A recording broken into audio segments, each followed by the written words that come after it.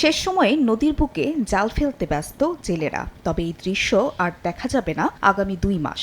১ March থেকে ৩০ April পর্যন্ত শুরু হচ্ছে ৬ অভয়াশ্রমে মাছ ধরায় নিষেধাজ্ঞা।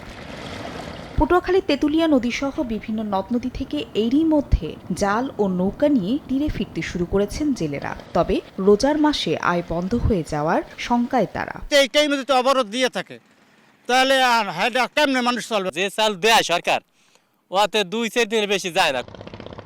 সরকারি নিষেধাজ্ঞা অমান্য করে মাছ ধরলে জাল জব্দ, জেল জরিমানা সহ কঠোর ব্যবস্থা নেওয়া হবে বলে জানান প্রশাসনের শীর্ষ কর্মকর্তা। যারা আইন মেনে চলবে না তাদের বিরুদ্ধে সকল আইন শৃঙ্খলা বাহিনীর সহযোগিতা নিয়ে অভিযান পরিচালনা করব এবং মোবাইল কোর্ট পরিচালনা করব।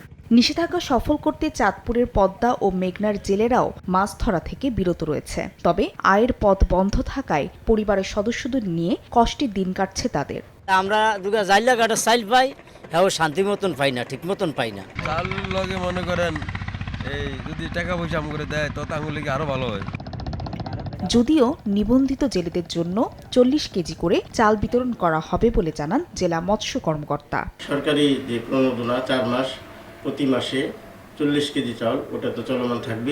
অভয়াশ্রমে সব ধরনের মাছ ধরা বন্ধ ঘোষণার পাশাপাশি জাটকা ক্রয় বিক্রয়, মজুত ও পরিবহনও নিষিদ্ধ করেছে সরকার। ফাহরিয়া ফারজানা, সময় সংবাদ।